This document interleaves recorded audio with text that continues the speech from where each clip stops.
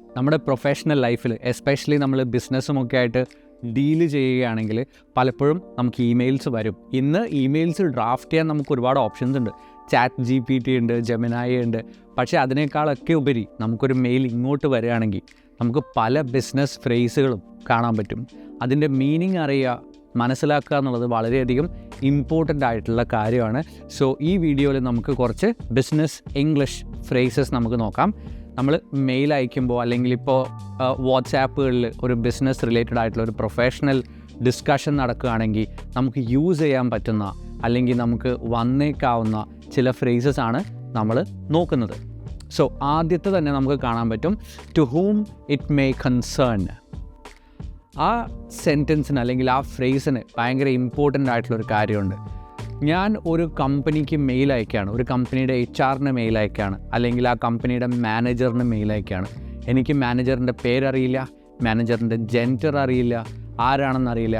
അപ്പോൾ dear sir or madam എന്നൊക്കെ പറഞ്ഞ് അയക്കുന്നത് ഭയങ്കര എന്താ പറയുക, കാഷ്വൽ ആയിട്ടുള്ള അല്ലെങ്കിൽ ഒരു ആമച്വർ വേ ഓഫ് സെൻഡിങ് മെയിലാണ് അല്ലെങ്കിൽ സ്റ്റാർട്ടിങ് മെയിലാണ്.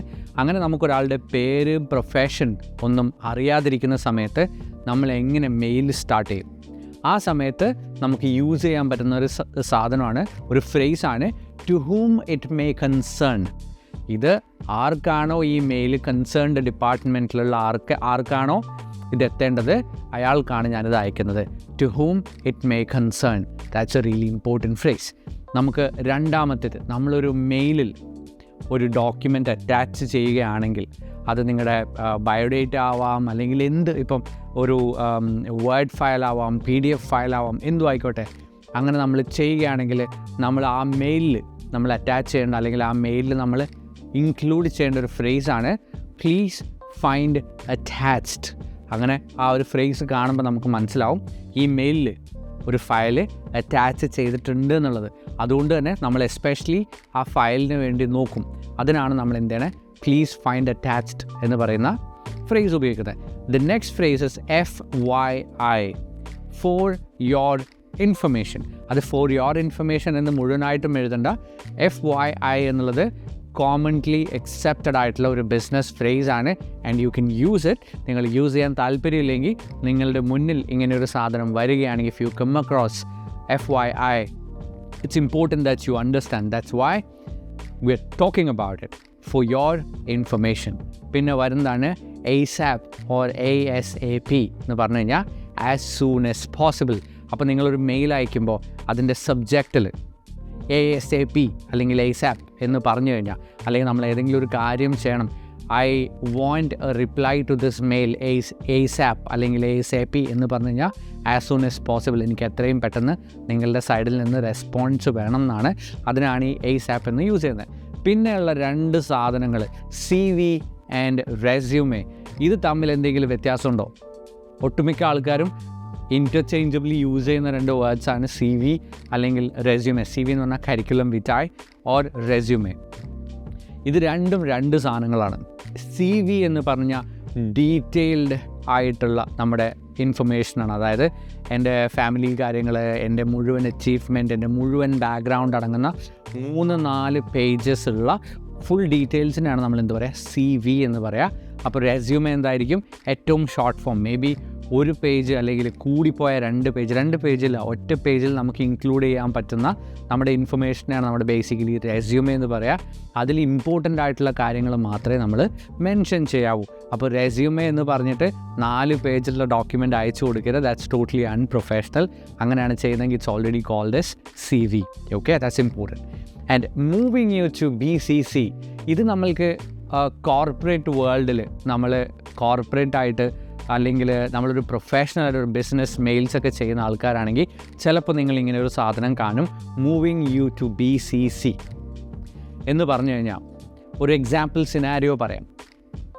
എന്നെ ഒരു കമ്പനിയിലെ HR അല്ലെങ്കിൽ ഒരു കമ്പനിയിലെ HR എന്നെ ആ കമ്പനിയിലെ മീഡിയ ടീമുമായിട്ട് ഇൻട്രൊഡ്യൂസ് ചെയ്യാണ്, അല്ലെങ്കിൽ HR എന്നെ വേറൊരു സ്ഥലത്തെ ആളുമായിട്ട് ഇൻട്രൊഡ്യൂസ് ചെയ്യുകയാണ്.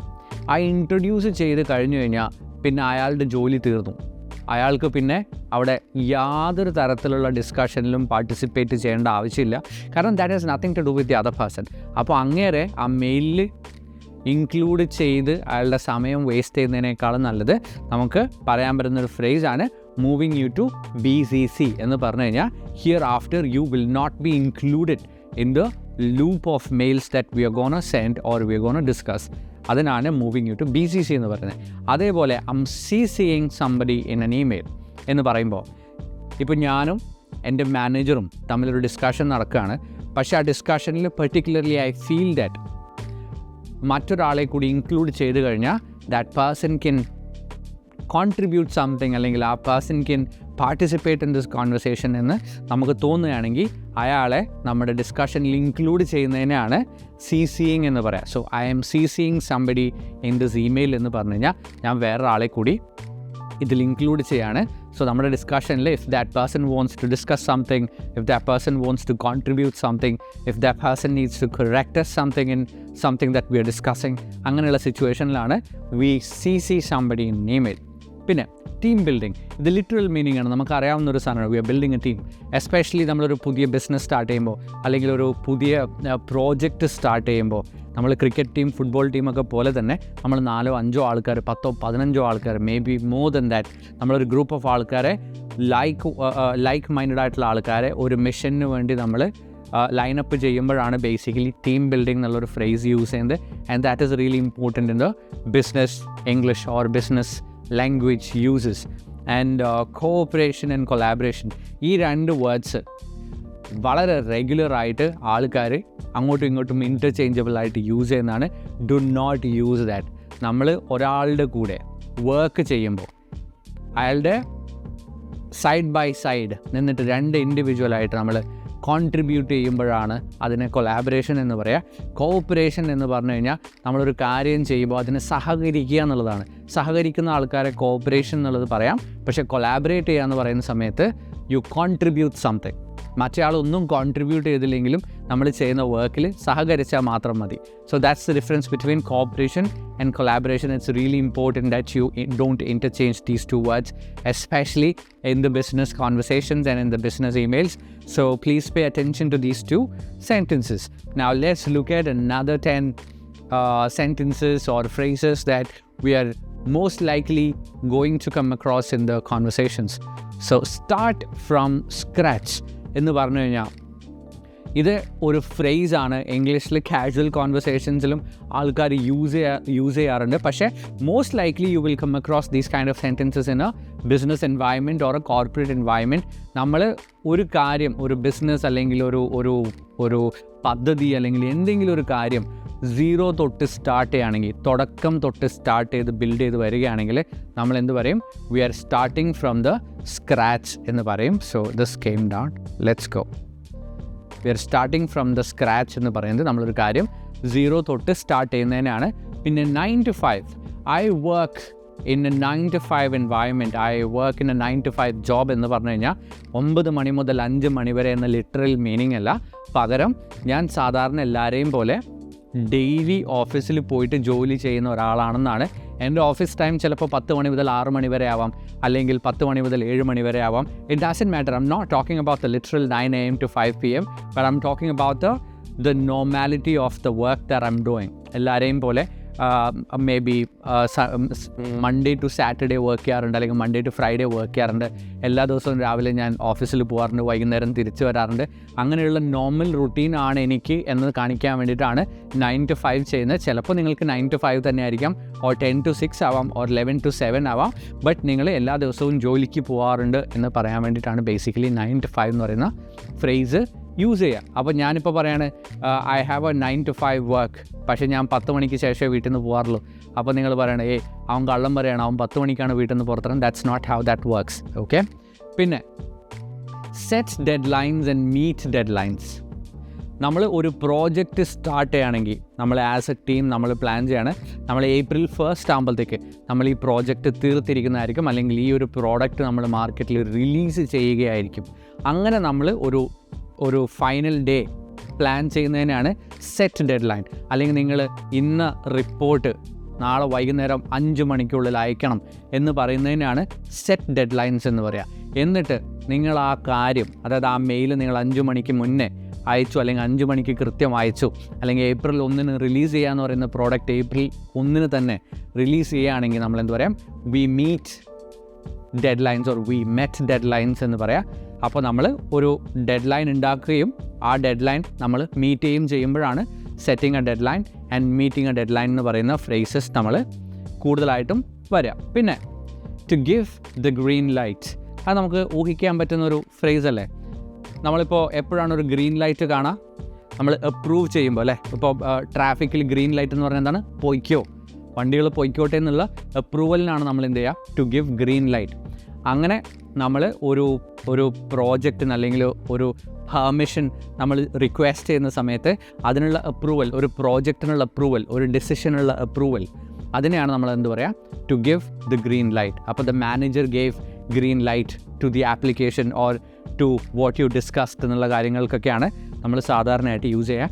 Excuse me a bit here, okay, ടടാ. So behind the schedule and ahead of schedule, ഇതും നമ്മൾ ഡെഡ് ലൈൻസ് പോലെ പറയുന്ന ഒരു കോൺസെപ്റ്റാണ്. ഇപ്പോൾ നമ്മൾ ഏപ്രിൽ 1 റിലീസ് ചെയ്യാൻ നിൽക്കുന്ന പ്രോഡക്റ്റ് മാർച്ച് ആകുമ്പോഴത്തേക്കെങ്കിലും അതിൻ്റെ ഫൈനൽ സ്റ്റേജിൽ എത്തിയിരിക്കണം. അങ്ങനെ ഫൈനൽ സ്റ്റേജിൽ എത്തിയിട്ടില്ല, നമ്മളതിൻ്റെ മിഡ് വേയിലാണെങ്കിൽ നമ്മൾ എന്ത് പറയും, we are behind the schedule, we are behind the schedule എന്ന് പറയും. പക്ഷേ നമ്മൾ മാർച്ച് എത്തുമ്പോഴത്തേക്ക് നമ്മൾ ഓൾറെഡി വർക്കൊക്കെ തീർത്ത്, അല്ലെങ്കിൽ 99% തീർത്തു, ഓൾറെഡി തീർന്നു. നമുക്കറിയാം ഏപ്രിൽ 1 റിലീസ് ആവേണ്ട പ്രോഡക്റ്റ് മാർച്ച് 10 ആകുമ്പോഴത്തേക്ക് റെഡിയാണ് എന്ന് പറയുമ്പോൾ നമ്മൾ എന്ത് പറയും, നമ്മൾ അഹെഡ് ഓഫ് ദ സ്കെഡ്യൂൾ ആണ്. സോ അങ്ങനെയാണ് behind the schedule and ahead of schedule എന്ന് പറയുന്ന 2 ഫ്രേസസ് നമ്മൾ നോർമലായിട്ട് യൂസ് ചെയ്യുന്നത്. പിന്നെ now this is a really interesting phrase that you might come across. Elevator pitch.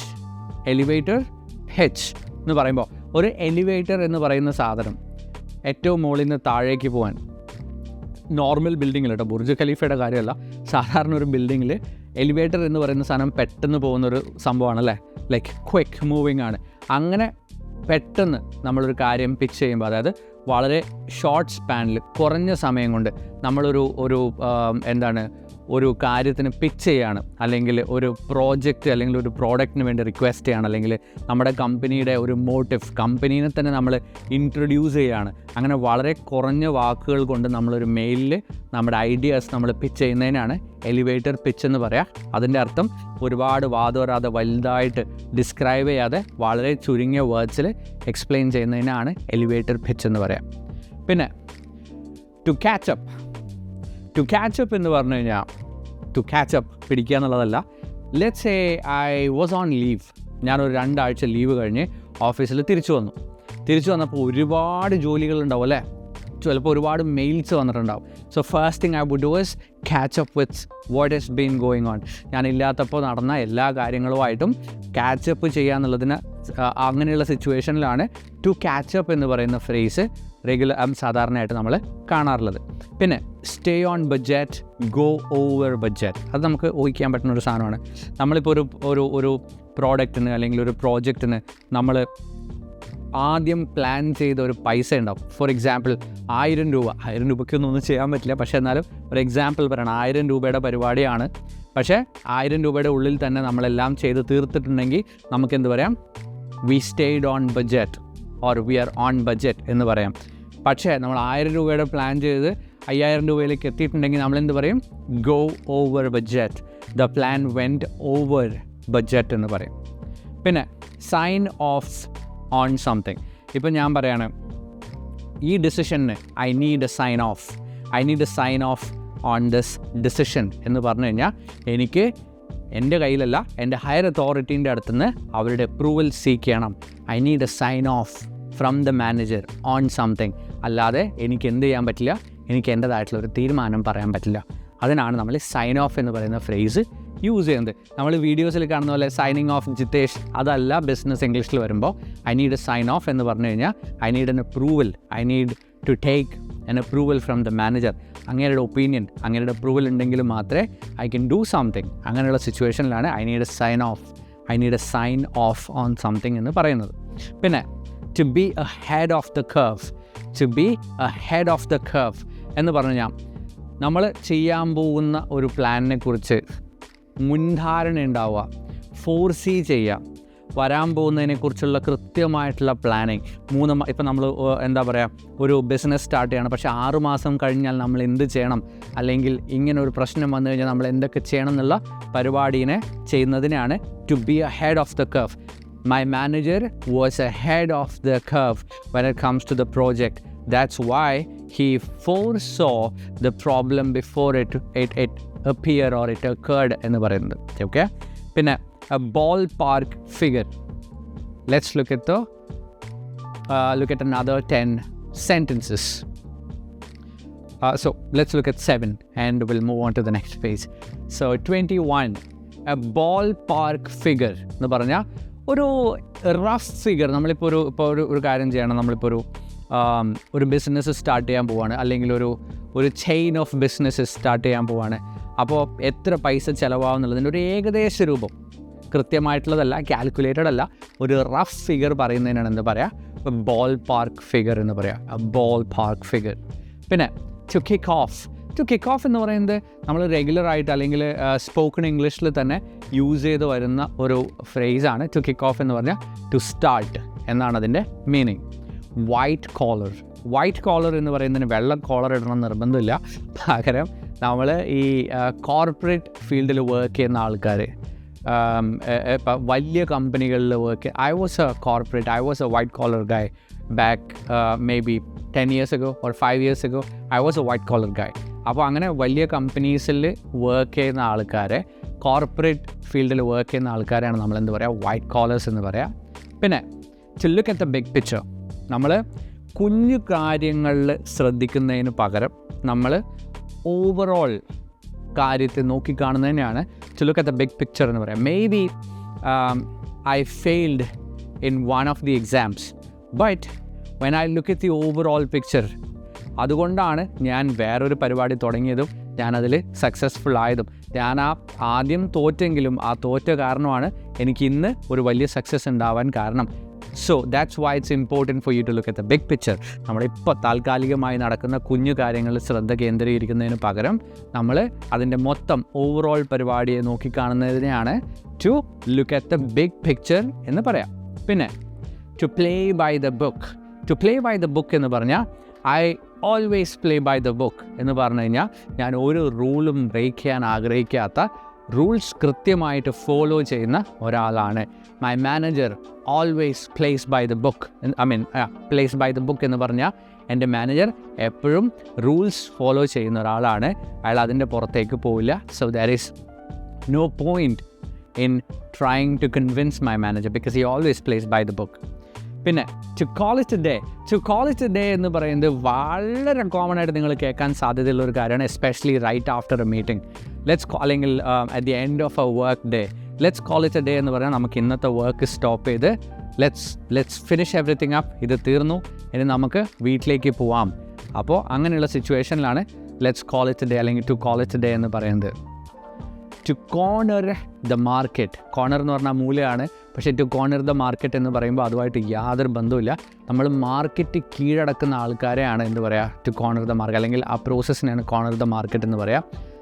ഇപ്പോൾ നമ്മൾ Apple has cornered the phone market എന്ന് പറഞ്ഞാൽ ഫോൺ മാർക്കറ്റിനെ മൊത്തം ആപ്പിൾ കീഴടക്കി എന്നുള്ള രീതിയിലാണ് ടു കോർണർ ദ മാർക്കറ്റ് എന്ന് പറയുന്ന ഫ്രേസ് യൂസ് ചെയ്യുന്നത്. I hope you understood that. So I am not intending to explain that a lot. Let's move on to the next set of sentences.